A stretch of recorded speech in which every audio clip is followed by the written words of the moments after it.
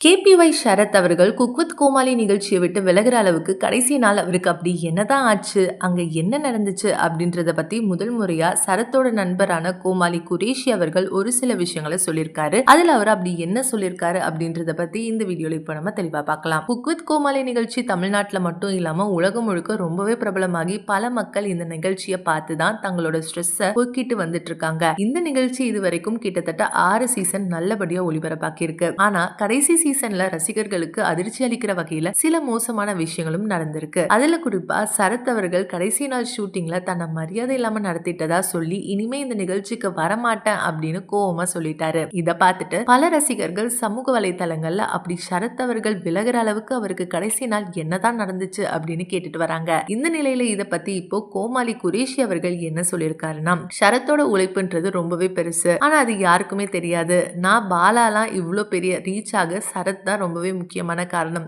ஆனா அவருக்கான புகழும் அங்கீகாரமும் இன்னமும் அவருக்கு சரியா கிடைக்கல. அதே சமயத்துல அதை பெருசா எடுத்துக்காம தொடர்ந்து சரத் தன்னோட பெஸ்ட ஒவ்வொரு எபிசோட்லயும் கொடுத்துட்டு வராரு. அப்படிதான் ஃபைனல் எபிசோட்ல 4 கோமாளியில முதல்ல சரத் தான் வருவாரு. ஆனா கடைசி நேரத்துல அவரை வேணாம்னு சொல்லி குக்கோட மனசாட்சி அப்படின்ற மாதிரி ஒரு கேரக்டர் கொடுத்துட்டாங்க. அதுல கூட சரத் நல்லா தான் பண்ணாரு. ஆனா உமர் ஏதோ ஒரு கோவத்துல சரத்தை திட்டாரு. அது ஆஃப் த கேமரால பல விஷயங்கள் நடக்க வச்சிருச்சு. அதெல்லாம் சரத்துக்கு மிகப்பெரிய அசிங்கத்தை ஏற்படுத்திடுச்சு. அதுவும் அங்க இருந்த எல்லாருமே இத பார்த்துட்டாங்க.